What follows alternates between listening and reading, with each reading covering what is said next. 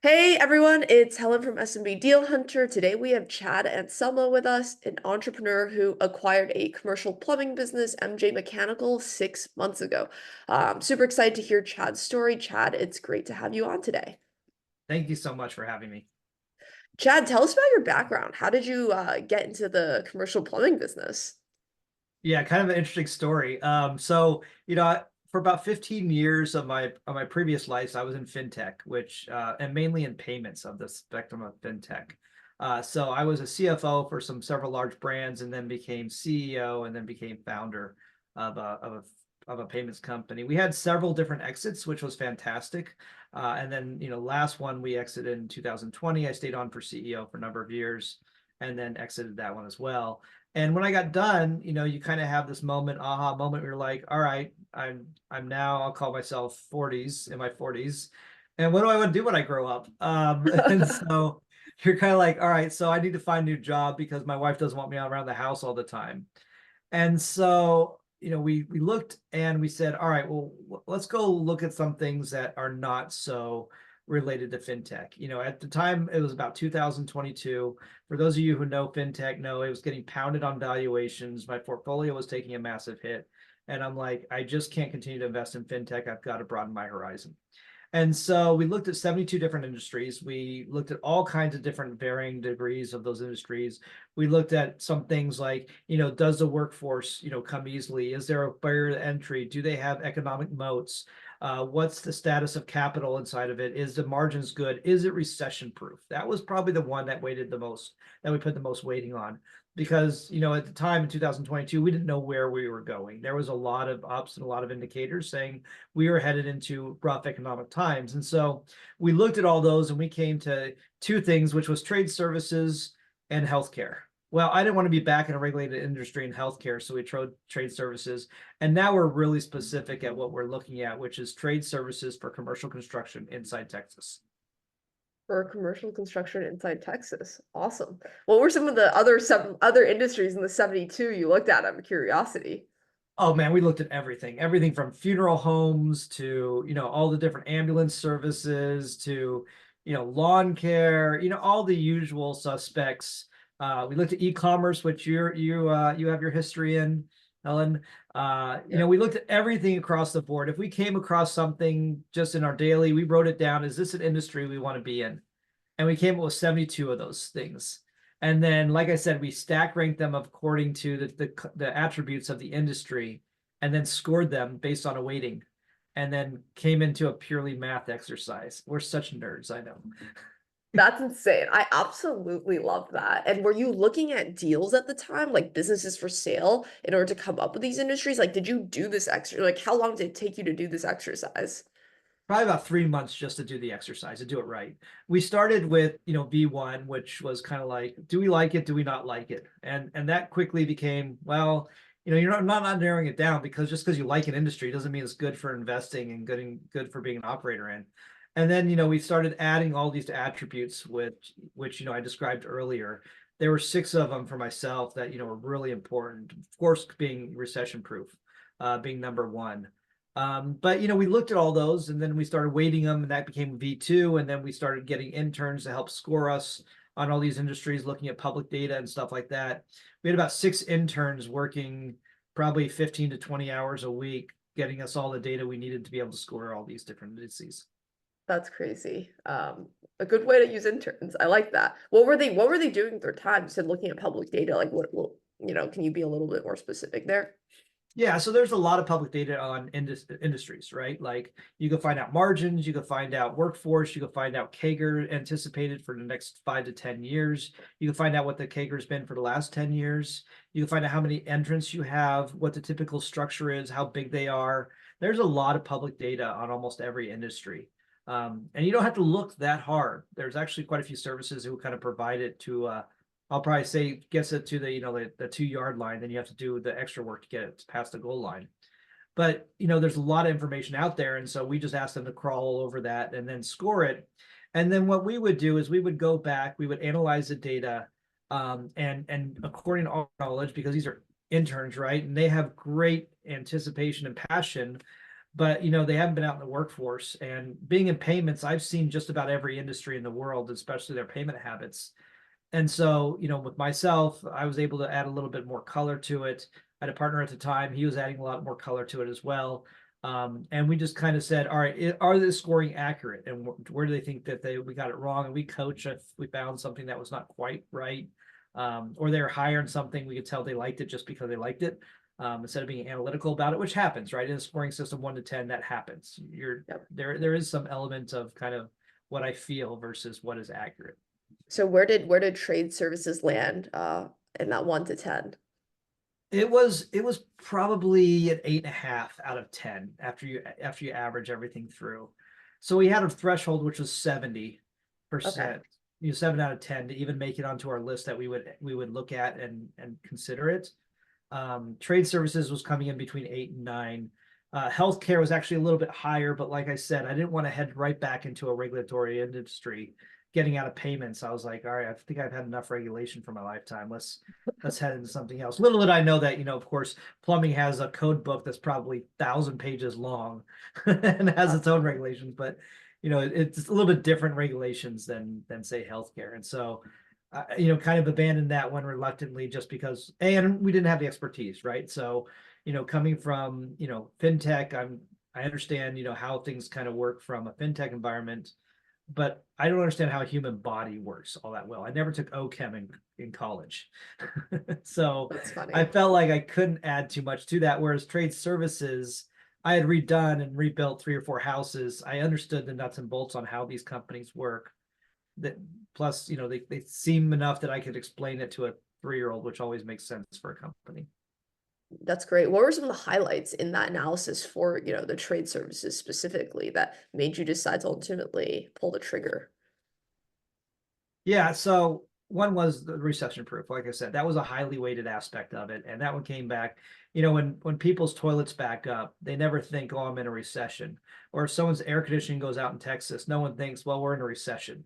I can't get that fixed." I mean, these are things that people react pretty quickly to, and they go for it. Now, little did I know that I'd actually abandoned the service component of it, and to go to consumers and actually go towards commercial instead. But at the time, that was our thinking: is that no one is going to abandon these services, no matter what their cost is. They're fairly price less. There's a lot of competition, but at the same time, when people's toilets backing up, they don't argue about price a whole lot of times. They just want it fixed. That makes And same sense. things with HVAC. People always scoff. "Well, my HVAC system cost me 10 grand or something like that," but they still do it. Yeah, no, that's true. We just did it, so I completely agree. At what point did you decide to, was it at this phase that you were like, we're gonna, go down the commercial path, or did you start looking at more deals before you kind of, like, I guess, finesse that search No, yeah, criteria? we started looking at a lot more deals. We went through probably 3 or 4 different LOIs before we got to MJ, and for various reasons they just fell apart. Call it luck, karma, God's hand, whatever. Thankful they did. And then MJ came up across us, and MJ was a little bit bigger than we were looking for. Like I told you, it's about a 300-person operation for plumbing all through Texas, especially along the I-35 corridor. And that wasn't quite what we were looking for. We were looking for something that was a little bit smaller, but we really liked the seller. We thought we could work well with him. And it's a good business. It has a good reputation. The people who have worked there, the management team has all worked there for 20 plus years. And then a lot of the foremen have worked there for 10 plus years. It was a place where you could tell culture was really important to them. And you could tell that they had pride in their work, which really made us easy to go, all right, let's put on the big boy pants, go get some large numbers, get ready for funding, and then do that. No, that makes sense. Where were you looking for deals? I guess you mentioned 3 to 4 LOIs. Were you mostly looking on market, like through brokers or bankers? Were you looking off market and doing your own searches? What did that look like? Yeah, we did. We decided to go with the broker network. So I've done about 7 different acquisitions before starting on my own at Lion Shield. And I cannot say enough good things about what brokers have to bring to the table on bringing deals to you. Um, we once, one of my former companies, we decided to self-source ourselves, and we went through 17 deals in 1 year and didn't close a single one. And the primary reason is you self-select all these people, you're emailing them out, you're trying to get them to sell, and at the same time, they don't know if they want to sell.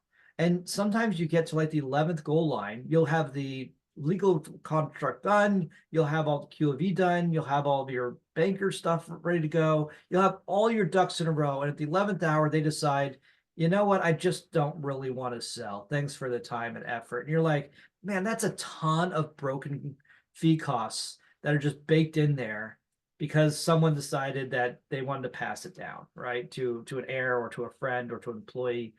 And that's a killer when you're just starting out like we were. With deal costs running from anywhere from 50,000 to $100,000, I realized we didn't have the kind of cash to go through 17 different acquisitions before pulling our first one, because that's millions of dollars you're kind of tossing out there.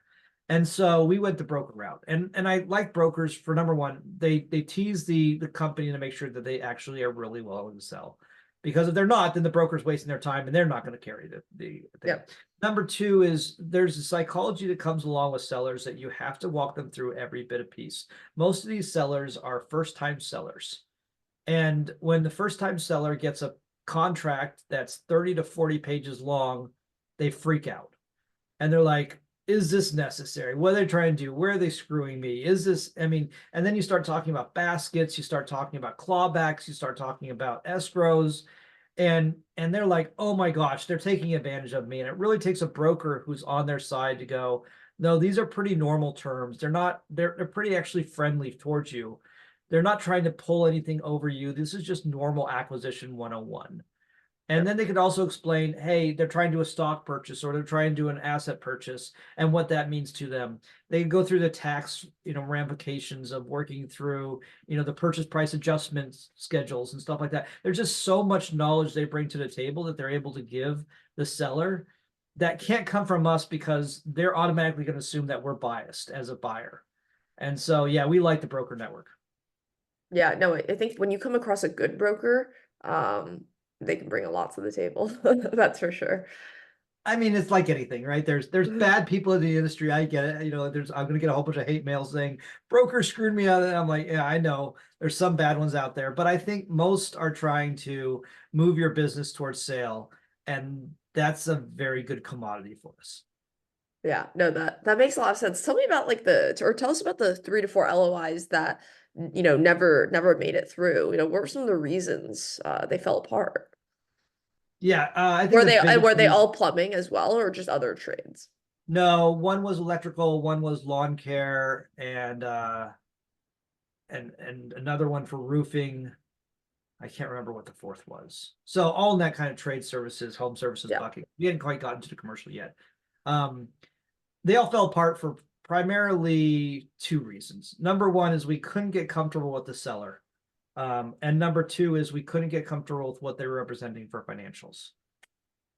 And so Mm. those two things really, made us back away and say, or made them back away when we started to try to rep and warrant stuff inside of a purchase agreement. Made both sides kind of back away and say, all right, this isn't quite the right mix. Um, Can you go and into a little detail on sort of like the couldn't get comfortable with seller piece? yeah, so we had one seller who was like, I'm selling this. I don't want to breach confidentiality, so I'm going to keep it kind of broad here because obviously we entered NDAs and all this stuff. Um, he was like, I'm leaving to devote myself to another business. And we're like, okay, that's fine. That's a reasonable answer. And he said he had a relative that was going to now run the business.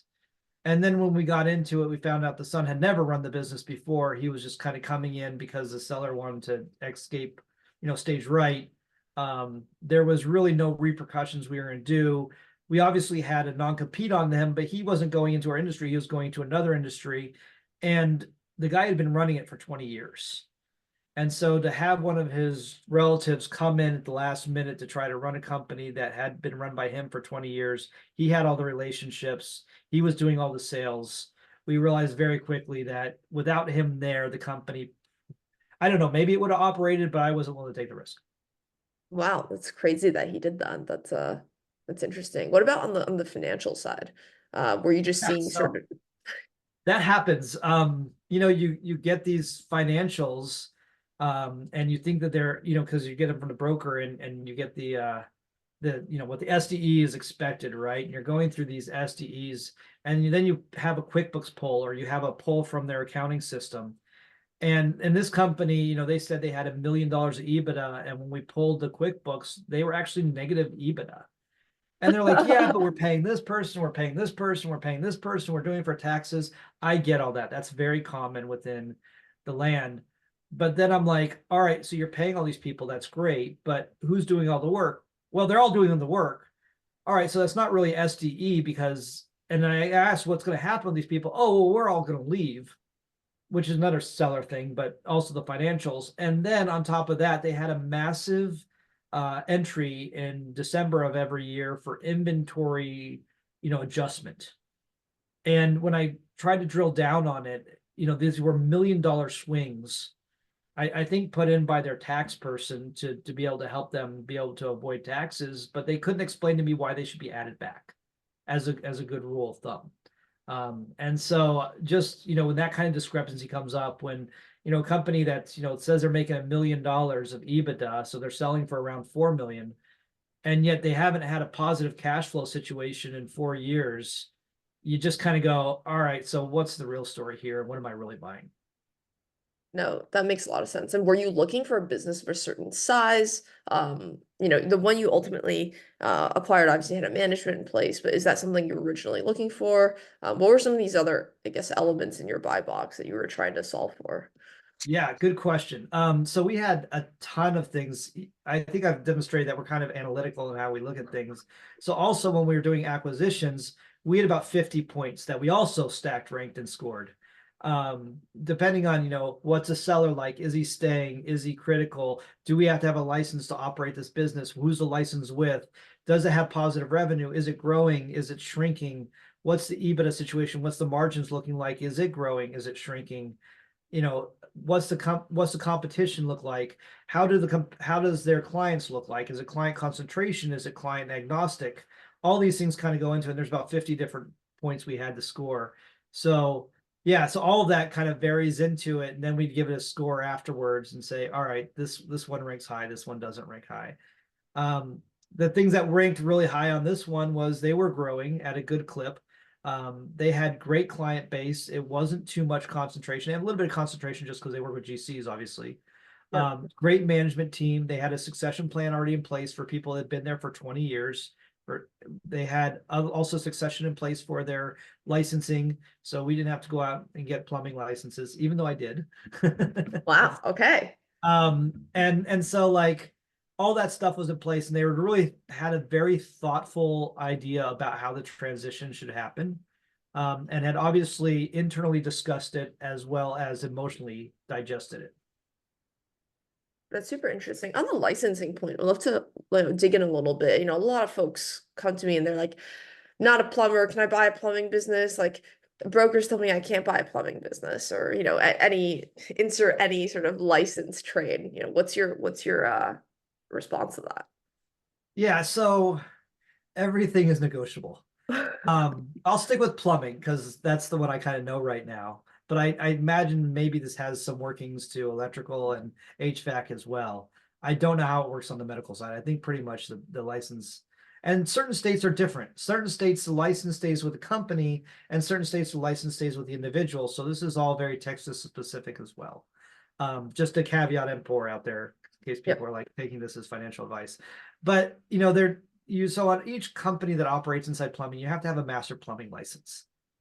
Well, that master plumbing license obviously needs to be inside your company, but there is a small market of master plumbers who are not using their master plumber's license, who are willing to be consultants for your company and lend their license to you. So if you're inside Texas, that is one way to go. The second is you can get your associate's license in about 4 minutes online.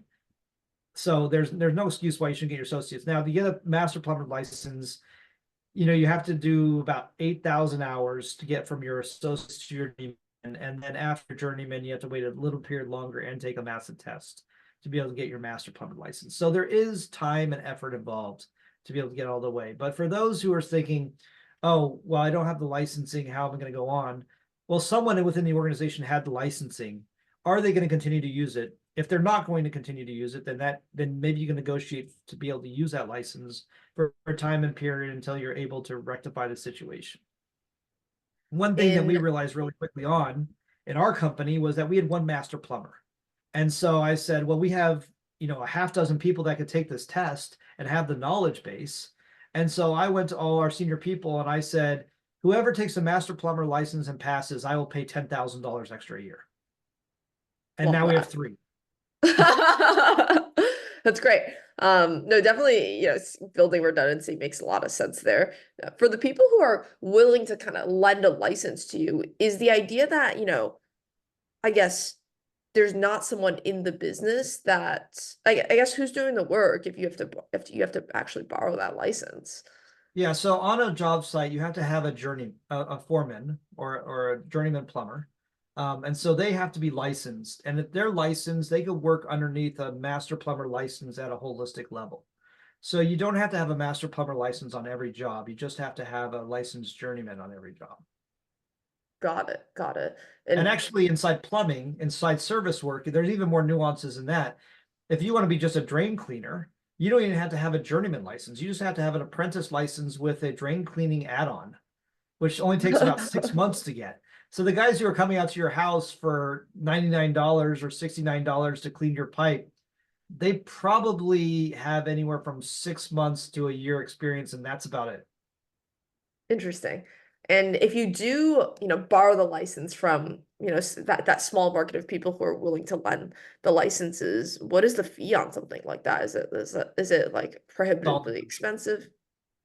It's all negotiable. I mean, I've seen everything from a couple $1,000s to $10,000. It's depends on what the person thinks it's worth and what jurisdiction they're in. But be prepared to pay. It's not a freebie. It's not. No one's going to come up to you and say, "Yeah, I'm not using it. Go ahead and borrow it. That's fantastic." No, it's an ROI. Yeah, no, that makes sense. And so it could be Uh, anywhere from a couple thousand a month to sometimes, like I said, it could be tens of thousands a month. so you said you got your license. Did you get your master plumber's license or? No, no, I got an apprentice license. I spent the 6 minutes, 4 minutes online, got my apprentice license, and then ever since then I've loved it. Like, it's a big joke under my family because I'm Italian. They call me Mario because now I have an apprentice license plumbing, which means I can't do anything but my own home plumbing. But I certainly enjoy saying that I'm a licensed plumber. Oh, that's great. I love that. And at what point, yeah, was it after you guys acquired the business that you decided, commercial was the path you wanted to go down? Or did you kind of know earlier on, I guess, when you came across this deal or others? Yeah, so it became interesting because there's no shortage of buyers out there for plumbing companies right now. I'm sure you've read the Wall Street Journal article. I've got forwarded probably 12 times by different people saying, look at this, it's PE rolling up plumbing. Plumbers And are the new millionaires, right? yeah, exactly. You nailed it. Which they get some things right and some things wrong in that article, but it's a good article. I like the Wall Street Journal, so I can't say too many bad things about it. But we found that there is a ton of PE shops inside the plumbing world, and there's a lot of them are mostly concentrated in the service environments because of the cash flow situation. Working cap is hard inside of a commercial environment because you're putting out for the labor now to be able to install the pipe. You then submit the invoice at the end of the month. So already you're 30 days in arrear from where you're incurring the cost. Then after that, the GC has to get it and he has to submit it. It's usually about 60 to 90 days later, you're paid back. Well, if you're running let's call it a $60 million plumbing company, that's $5 million a month of revenue that you're sitting out there for 3 months. In other words, your working cap is like $15 million. I'm using real high level numbers here. You obviously have some payables that take away from that and all the accounting nuances of, caveated here. But so you're sitting with like $15 Significant. million of net working capital at that point. That's a lot of net working capital to carry for a company that is earning, just a couple $1 million a year. And the financial doesn't make sense for a lot of private equity companies to come in and be able to manage that because that's a risk. And so the multiples tend to be a little bit lower, and they're able to kind of, be able to be bought by people who actually really want to be in that industry. Plus, the industry doesn't like private equity a lot. Bonding companies hate private equity, and once again, private equity. You call me all you want to, but they hate you. They don't like the fact that you walk away from any kind of project that doesn't smell right or doesn't feel right, and you leave them holding the bag because there's six different legal entities above and below to protect you guys. So we found quickly that once we entered the industry, the first question we got from everyone when we were doing the consents and the assignments was, "Are you private equity?" And the fact that we could say no really allowed us to be able to move the transaction faster. Interesting. No, it's I feel like there's so many industries where, small business owners are allergic to private equity, but seems like in plumbing it's almost like an extreme case since there's so much PE activity. Yeah, I think plumbing and HVAC on the service side, makes sense to PE because the working cap is low. You get paid the minute you do the work, and you don't have to pay wages for 2 weeks later. So you actually have a positive working capital environment, which really makes sense to them. Plus, you can roll these things up, put some technology on the background, get your EBITDA, get your multiple arbitrage off your EBITDA growth, and be able to resell it 3 years later. The problem is there is a lot of backlash within the industries happening now between HVAC and plumbing that we get to hear about because we're not private equity. And there is a lot of people who are saying, yeah, there's some faults there. And in fact, it's allowed me to kind of hone my pitch even better. When I go into a company, I said, I'm not private equity. They will pay you more. They will 100% pay you more. I will not pay you what they will pay you. But now you have a partner who is caring only about one thing, and that is their bottom line and their return. They don't care about your friend Bob, who's been in the company for 20 years. They don't care about your aunt who's run the accounting department. They don't care about your best vendor who's been with you for 20 years and you guys have gone on emptying golfing trips together. They don't care about that. They care about making sure their returns are the best thing possible for their investors. And everything else will be sacrificed for that. And if you're okay with that, great, go sell to them. They will give you a turn or two more 100% of the time. But if you actually do care about your people, you do care about where the business is heading. You don't want it rolled up and put a new name and splash a new name on it and ripped out your old culture and put their culture in. And you do care about your clients, making sure that they get the best service possible and not just the service that they're going to deem as necessary to be able to make a return. Then you probably should look somewhere else than private equity. No, I think for a lot of these small business owners, it's a very compelling pitch to not be private equity. So that makes a lot of sense. And, was your thesis going into this, you wanted to also roll them up, or what's your sort of, are you looking to, buy and hold and, cash flow off these businesses? What does that look like for you? Yeah, so I'm a cash flow investor, and I also consider myself a holdco. So I don't ever want to sell these businesses. I'm not looking to roll them up. I'm not looking to, combine them to sell them. This is something that, my son is graduating high school this year, and he wants to go into the plumbing industry. And Love and that. the CEO of my company, his son, he has two sons in our plumbing company. I have another guy who's another one of our executives. His son is about to go into the company because he's 17. So I've got three 17-year-olds that are about to go into this company. Why would I want to go turn around and sell that and have the new buyer turn around and look at all, who knows what happens and say, all your sons, sorry, we're going to close down that market. It's not the most efficient market. All your sons are unemployed, right? I mean, like that's a nightmare scenario. I want this Yeah, thing, as I tell my people, I want your children, I want your grandchildren, I want your great grandchildren to look at this company and say, this is a viable employment option for me. that's fantastic. And I guess going back to, when you were getting this deal under LOI, how did you structure the deal and how did you end up financing it? Yeah, so we did the traditional stuff, and I'll keep a little bit vague just because it's not public information.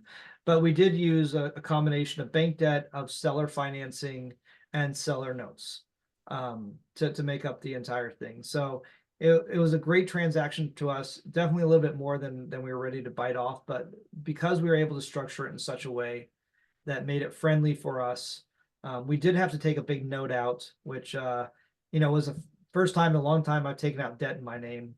And it was a bit of a kind of a look at yourself in the mirror saying, wow, this is a seven-figure note about attached to my name. Do I believe in the company that much? And that's a hard pill sometimes to swallow as an investor, because you're like, I've known this company only through a due diligence program.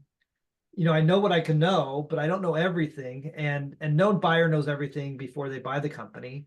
Am I willing to go put all my future stakes in order and leverage against my balance sheet for the loan for this company? And ultimately, of course, we decided yes. But that's something that everyone has to do when they're thinking about using debt. And did you go SBA or just like conventional No, we did bank? conventional. I think the challenge, yeah, a lot of people when they're actually, when the personal guarantee hits them, it's this big question. Yeah, I'm curious like how you ended up getting comfortable with taking on the leverage. Yeah, so for us, we saw the growth horizons, we saw their backlog, and quickly we realized that our FCC, which is the amount of money going towards applying towards the interest and capital of the loan, was going to be a favorable point to us. So we didn't leverage up that much. At the time, we leveraged 2x, which is an okay leverage point for what the EBITDA was. It quickly grew so that by the first, I think, 3 months in, we are now at a 1x because we paid down the loan so much and we had grown so much in EBITDA. And now we're hovering right around 0.5x. So Fantastic. we were able to grow fast enough to knock down the loan fast enough, to grow fast enough on EBITDA side, and then knock down the loan fast enough that now I'm in a very comfortable position, because now 0.5x is almost zero leverage in the world of financing these operations. Yeah, that's amazing. Um, I'm curious, when you did take over the business, I mean, it's been 6 months. Normally when people are buying these businesses from outside the industry, they're seeing the J curve. The business is kind of declining a little, maybe while they're transitioning. What's really led you guys to grow the business so quickly? What were some of the things that you started implementing, or not? Yeah, so I would say there's two things. Number one, the business was great on its own before I got there. Let's not add like I somehow had some master sauce I sprinkled on it, and it grew 2x, right? That didn't happen. It had a great foundation, and we noticed that. They had a large backlog that we knew that they were going to operate on. The previous owner was also operating for cash flow versus I was operating for growth. And so we were able to go for growth's sakes, which obviously improved, increase the working capital we needed, because now we're leveraging more of the money out there in a growth mode versus non-growth mode. And so the cash flow went down substantially. I mean, there might not even be any cash flow this year after paying off the loan amounts. And because of there's no cash flow, this would be scary to a lot of people, but we're looking at it as, all right, what's our 3 to 5 year horizon? Where do we want to be? We're okay with the growth eating up and the working capital eating up all the cash. And so therefore we're allowing it to grow at what it can grow at. Now, this isn't for everyone, because some searchers don't have the means to forego an income for a couple of years, or cash flow for a couple of years. And so we're just in a good position to be able to do that. And it allows us to be able to grow. So that's the first thing. They had a great foundation, and we had just had the means to be able to allow the working cap to eat up the cash flow. That makes sense. Yeah, Did you and see then that? there's a couple other things too, which are on the kind of side of it a little bit. We increased a lot of reporting, transparency, focused more on the previous owner, as a private company and owning 100%. Obviously was able to manage it and had a great accounting background, nothing against him, but he liked to keep things, close to his chest, which I perfectly understand. As a 100% owner, doesn't want things getting out there, but I'm more like, let's run this like a business. Let's let the inner circle know a little bit more, have more transparency, get more reporting out there. And so I've increased reporting out there to probably 2 or 3 levels down. Whereas they got that reporting, they just typically got it once or twice a year, and now I make sure it gets to them monthly. That makes sense. Are you able to share how much you've grown the business since you acquired it? No exact numbers or anything, but curious, is it? We are dang close to 2x growth since Wow, I've the business. So yeah. So in 6 months. Incredible. well, not over 6 months since we first looked at the business till now. It's almost a 2x growth within 5% of being 2x growth. So we're 95% growth right now. Wow, insane. That's awesome. And then we've grown, Congratulations. yeah, we've grown 3x on the EBITDA line. That's great. And is that just, now you guys are bidding for a lot more projects basically, and they were kind of capped before? Yeah, we bid for a lot more projects now. We're typically bidding from anywhere from 8 to 15 projects a month. Um, we also brought in a full-time, bidder to make sure that we had the work possible. We're out there going actively out and trying to solicit bid opportunities. So we're reaching out to contractors that typically we maybe haven't worked out with in the past, or that we worked in the past and they kind of dropped off our schedule. We're now out there bidding on a lot more work, but we're also a lot bigger too. The company when I bought it was slightly less than 200 people.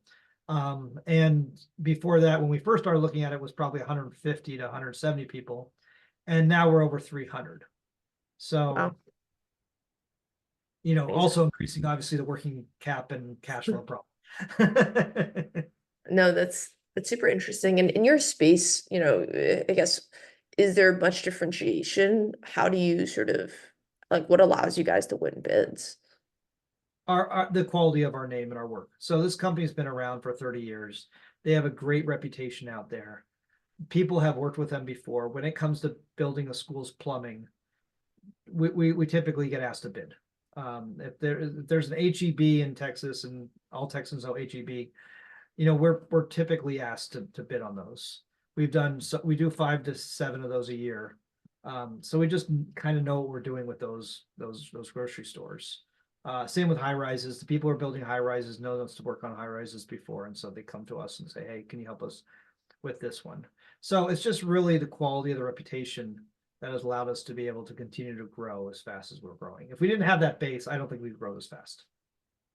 That's fantastic. It's one of those like intangible things when you're buying these businesses. I guess the goodwill, if you will. That's great about buying a business that's been around for, a million years. Yeah, that's the Um, dichotomy of buying a good reputation business is you never know that until you actually get into it. So when a seller is coming to you and wants to sell his business and you say, "Can I call your customers?" He's going to give you his 3 to 5 best customers who are going to say glowing things about them. What you don't know is if he has, 2,000 other customers, what are they saying, right? And it's one of these things where the biggest asset you have of a company, which is their culture around quality, you won't actually know until actually you get the company. That's so true. And what did that transition look like, when you first took over the business? I guess walk us through like the first 30 days, like the first maybe 60 days. What did that look like? I'll tell you, it's an exercise in patience. It's just like a Christmas tree. You just bought, Christmas time, you just bought a brand new toy. You want to get out there and play with your brand new toy. But that's probably the worst thing you can do to some of these small businesses. Is they have become great. They're great. You're buying an asset that you think is great. Otherwise, why would you buy it? And the thing that they're most scared about is change. And so the first decision we made almost day one was we weren't going to tell anyone. We were just going to let the business operate. It wasn't until I think now probably most of the employees know, or they just, they've now come in under myself as owning the company that, but just not saying because the first thing when people hear, "Oh, he sold the company," is, "Am I going to lose my job?" That's the first thing every employee thinks. They don't think of, well, wow, is the strategy going to change? Wow, they're going to put a whole bunch of money in this. How are they investing? How do they think about the ROI? Like, what's their exit strategy? No employee is thinking that. They're thinking, am I going to lose my job? And I didn't want that to be a question in their mind at all. I didn't want, Mr. Guy who's laying pipe or digging trenches or soldering material or putting fittings in to have to worry that, on Friday was his last paycheck. That's a tremendous amount of burden to give someone, especially when they're trying to provide for themselves and their families. And because we have 300 employees, we're probably supporting close to 1,200 people inside of our company with families and dependents. And so I didn't want that burden on them. So I said, "Hey, let's not," and the owner was of the same mind. "Let's not announce anything. Obviously, our contracts will have to get changed. We'll have to do all the legal background. If they're real smart, they're going to see that their paycheck's name changed on the name of the entity writing the check. but nothing else should really change. And we tried hard to make sure that was the case. So what did I do in the first 30 days? As little as possible to the front ranging employees. Um, but I did establish some things that I thought were important. Number one is I wanted to make sure I got out to see every job site every month. And so I still do that. I still see every job site every month. Once a month, I go out and I visit and I see who the foreman is, what the issues they're dealing with, and trying to make sure that everything's going along. Number two is I quickly worked to make sure the financial systems and the reporting and the data was working on the back end, that we could get out the data we wanted to get out, and that we felt like we were being satisfied on the amount of risk we were taking for the loan, to make sure that we had the right amount of assets under the balance sheet to be able to prescribe for the loan. So a lot of it was I was working a lot in the background for the first 90 days just to make sure all the paperwork was taken care of. No, that makes sense. And what kind of transition did you guys negotiate with the seller? Was he still involved? You mentioned, some people may still not know that you're the new owner. Is he still is his presence, do people see him around day to day, I guess? Yeah, he's still around. So he's not in the office as much as he used to be. I hope his golf game is improving as much as but yeah, he's a great guy. And is larger than life. In fact, for the first, and even now occasionally when I get introduced on the project as the owner, they still call me his name. Because they're like, oh, you must be so and so. And I'm always like, well, no, like he actually sold the company. I'm the new owner. Oh, when did you buy the company? They're always surprised. Like, when did you buy it? And I say 6 months ago. They're like, oh, well, nothing changed. And I'm like, good. Yeah, that's what you want to hear. That's great. I'm glad nothing changed. Like, that's the worst thing to hear is, oh, everything's gone to pot ever since you took the ownership, right? Like, never want to hear that. Yeah. And so yeah, he's still involved. He's still, you can still find him inside the company, and people still defer to him for major decisions, and he's slowly transitioning his way out. We've already have his appointed successor now who took his chair in his office. And so and he's starting to act like the new CEO. So the transition is going really well, and we knew this going up front. We had pre-negotiated all this, the time of transition and what he wanted to do. And to his credit, he's come back to me many times and kind of said, I'm not looking for a golden right off into the sunset. I kind of want to be involved as much as I can for as long as, I kind of want to do it. And we had a very frank conversation. I said, no one's kicking you out. No one's kicking you out. No one wants you gone. We all want you here. So take your time. We all know this is your baby. You put 30 years into this company. Let's make sure that you feel like you're well respected and you have a good transition time. And hopefully he's feeling that. I check in with him probably once a month just to make sure he's still feeling good and still feels good as a seller. That's great. And I guess what's your day-to-day role like now? Yeah, so I would call myself probably a fractional CFO. Um, that's probably the best way to describe what I do. I do all the legal stuff. I make sure all the the bonding is kind of there and appropriate. I do a lot of stuff behind the back to find financing and to work on different lines of credit for us to make sure that we have the availability of funds. We've put in almost $1.7 million worth of lines of credits into the company since I took over. So it has a healthy draw rate. Put in processes, working with the technology guy to put in more software so that we have better controls as well as more throughput. And so, right now we're working on implementing a brand new CRM. They've never had a CRM before. We're looking next at putting in an inventory system. Never thought about having an inventory system, but for us, we have 3 different offices and thousands of pieces of product sitting around the shop floors and on shop lawns. And so I'm like, all this stuff needs to be used. It does no good here baking in the sun. And Yep. so, we're building, different places to be able to house the product so it's out of the sun and remains in good form. We're putting inventory system in, so if someone can't find a piece out in the workforce, they can scan it on their phone and be able to say, oh, this shop, I have some in Dallas, I have more in Austin. Just next time we have a poll, they'll pull it up and they'll deliver it to me, which we truly try to get to them within a day notice. And so, Wow. yeah, I mean, for a plumbing company like ours who has done projects for 30 years, there's always, 3 or 4 pieces that come back to the shop after every product. And if you don't reuse it, it just sits there and just decays as inventory. And so I would have to guess, I think we probably have $1 million worth of inventory just sitting in our different locations that needs to be deployed out to the field. That's incredible. And are you also spending time looking for additional acquisitions? Are you fully focused on this one right now? What does that look like? Yeah. So luckily I have a pretty easy mandate. It gets to be easy when it's 95% your money.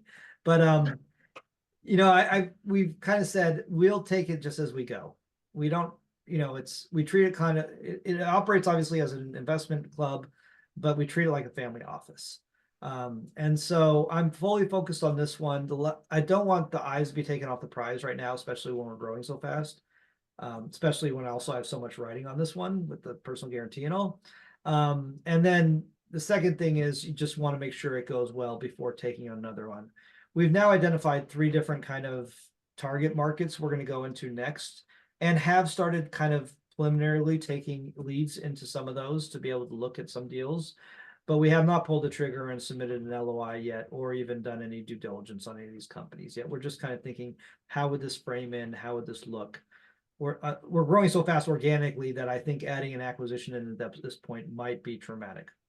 That's interesting. And are you, I guess, with future acquisitions, now that you've acquired a business in the, commercial plumbing space, or commercial construction in general, are you looking to stay in this space? Do you continue to like it? What's your sort of perspective now that you're actually running it? Love the space. Love it. Like super happy that the people is still about relationships in the space.